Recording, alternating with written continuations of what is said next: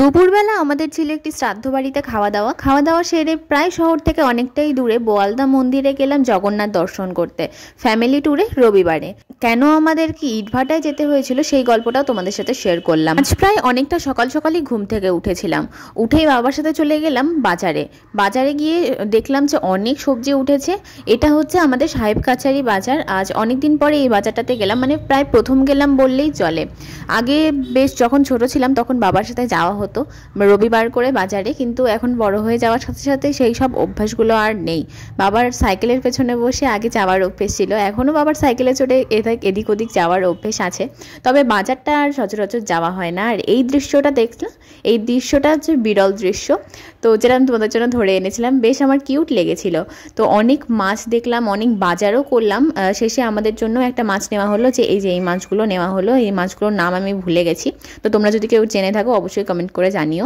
তো এই মাছগুলো আমাদের নেওয়া হলো, আর মাছের ডিমও নেওয়া হয়েছিল। আজ অনেকদিন পর মাছের ডিম দেখলাম বাজারে, যেহেতু আমার যাওয়া হয় না ওই জন্য দেখাও হয় না, আর বাবা অনেকদিন ধরে আনে না, তো ওই জন্য আচ্ছা বলেছিলাম, তো নিয়ে এসেছিলো মাছের ডিম, তো বেশ ভালো লাগলো খেতে।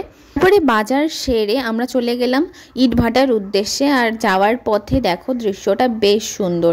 আমরা গিয়েছিলাম নদীর ওই পাড়ের একটা ইটভাটাতে, আর রোদ উঠেছিল তাও সোয়েটার পরেছিলাম, কারণ বাইকে যাচ্ছিলাম ঠান্ডা লাগবে সেই কারণে।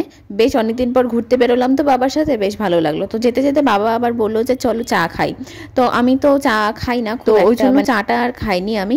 তো বাবাই দুধ চা খেলো একটা। আর দেখো এখানকার ভিউটা দেখো কত সুন্দর। আমাদের শহরের মধ্যে এই সচরাচর ভিউগুলো না দেখতে পাওয়া যায় না। আজ অনেকদিন পর ঘুরতে গেলাম তো, মানে বাবার সাথে, তো ভালো লাগলো বেশ। তো রাস্তার মাঝখান দিয়ে যাচ্ছিলাম, আর চতুর্দিকে শুধু সবুজ আর সবুজ। যেতে যেতে অনেক পুকুরও চোখে পড়লো, যেগুলো তো শহরের মধ্যে একদমই বিরল দৃশ্য। তারপরে ধীরে ধীরে আমরা চলে গেলাম সেই ইটভাটায়। আর এখানে দেখো কত পাহাড়ের মতো মাটি কেটে কেটে এরকম পাহাড়ের স্তূপ করে রেখেছে। পাশে দুটো তাল গাছও দেখতে পেলাম, যেটা ধরে এনেছিলাম তোমাদের জন্য।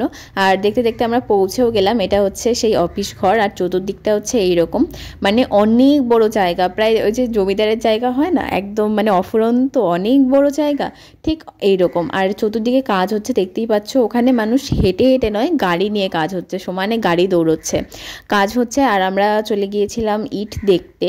আর এখানে দেখো পাহাড়, একদম মাটির পাহাড়। তো ধীরে ধীরে আমরা ওই ইট দেখতেই গেলাম, যে কত নাম্বার ইট নেওয়া হবে কি হবে, তো ওগুলো কথা বলার জন্য গেলাম। আর সামনে যে দেখতে পাচ্ছ এটা হচ্ছে চিমনি, যেখানে আর কি ইটগুলো পোড়ানো হয়। আমি বলেছিলাম ওই ওপরে উঠতে, কিন্তু বাবা উঠতে দিল না, যাই হোক।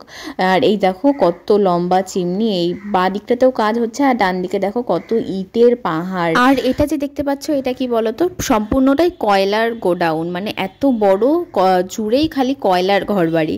তো তারপরে সমস্তটা দেখে শুনে এসে বাবার সাথে আবার চলে গেলাম সেই অফিস রুমে কথা বলে কাজ মিটিয়ে সেখান থেকে বাড়ির পথে রওনা দিলাম। আমাদেরকে জানিয়ে রাখি এর মধ্যে আমাদের নতুন বাড়ির কাজ শুরু হচ্ছে, তো অবশ্যই চ্যানেলটাকে সাবস্ক্রাইব করে রাখো, আর এই চ্যানেলেই তোমরা সমস্ত আপডেট দেখতে পাবে। তারপরে দুপুরবেলা স্নান খাওয়া করে রেডি হয়ে, এই যে এত সুন্দর সুন্দর জিনিসগুলো পরে আমি রেডি হয়ে চলে গেলাম। আমাদের আজকে একটা ইনভিটেশন ছিল, মানে শ্রাদ্ধ বাড়ির, আমার দিদার বাড়ির পাশের বাড়ির একজন 94 বছর বয়স্কা একজন বৃদ্ধা, সে আর কি মারা গেছেন, তো সেটারই আজকে খাওয়া দাওয়ার অনুষ্ঠান ছিল। তো সেখানেই আমার সাজুগুজুটা ঠিক এরকম ছিল, তো কেমন হয়েছে অবশ্যই জানিও আমার লুকটা। আর সেখানেই দেখাচ্ছিলাম তোমাদেরকে যে সেখানে কি খাওয়া দাওয়া হচ্ছিল। আমি আর মা পাশাপাশি বসেছিলাম, আর বাবা বসেছিল আমাদের সামনের টেবিলটাতে। এখানে আমি খাচ্ছিলাম। আর ইনভিটেশনটা ছিল একদম আমার দিদার বাড়ির সামনের মাঠে, মানে পাশাপাশি বাড়ি তো, আর আমাদের দিদার বাড়ির সামনে একটা মাঠ আছে। তো কোনো অনুষ্ঠান হলে, পাড়ার কোনো অনুষ্ঠান হলে, মানে যারা আর কি লজ বুকিং করে না তারা ওই মাঠেই করে। মাঠটা অনেকটাই বড়, তো হয়ে যায়, ওখানে কভার হয়ে যায়। তো ওখানেই খাওয়া দাওয়ার আয়োজন করা হয়েছিল, তো ওখান থেকে খাওয়া দাওয়া করে তারপরে বাড়িতে চলে এলাম। আর বাড়িতে এসে এদের দুজনের একটু ভালোবাসাও দেখে নিলাম, দেখো কত আদর করছে। তারপরে একটু রেস্ট নিয়ে আমরা বেরিয়ে পড়লাম হচ্ছে বোয়ালদার জগন্নাথ মন্দির দর্শনের জন্য। অ্যাকচুয়ালি সেটার কোনো প্ল্যান ছিল না, মানে জাস্ট ঘুরতে বেরোবো, বিকেলবেলা বাড়িতে বসে থাকবো না, বাস এটাই আর কি আমাদের ইচ্ছে ছিল।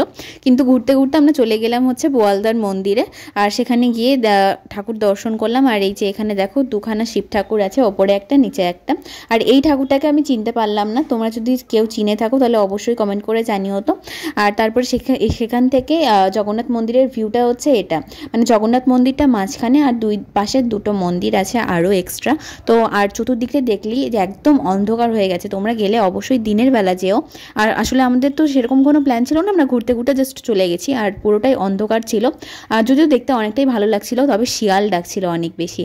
তো তোমরা গেলে দিনের বেলা যেও, আর ভিউটা অসম্ভব সুন্দর। আর এই যে বারান্দাটা দেখতে পাচ্ছ খোলামেলা, তো মানে প্রায় দোতলার মতো বারান্দাটা, তো বেশ ওখান থেকে মানে হালকা হালকা ঠান্ডা ঠান্ডা হাওয়া দিচ্ছিল, বেশ ভালো ওয়েদারটা।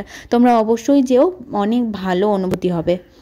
আর এখানে দেখো তিনটা জগন্নাথ, তিনটা বলরাম, তিনটা সুভদ্রা, আর এই যে গোপাল দেখো দোলনার মধ্যে আছে।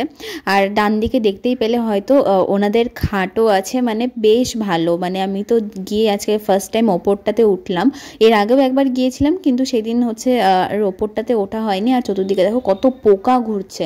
আর তারপরে সেখান থেকে নেমে বাঁদিকে আরও একটা মন্দির ছিল, সেখানে গিয়ে এই ঠাকুরগুলো ছিল। তো সবটাই এক ঝলক তোমাদেরকে দেখিয়ে দিলাম। আর তারপরে যখন সন্ধ্যাবেলা গিয়েছিলাম তো তখন হচ্ছে পুজো হচ্ছিল। তো এইটা হচ্ছে ভিউ। তো কেমন লাগলো অবশ্যই জানিও।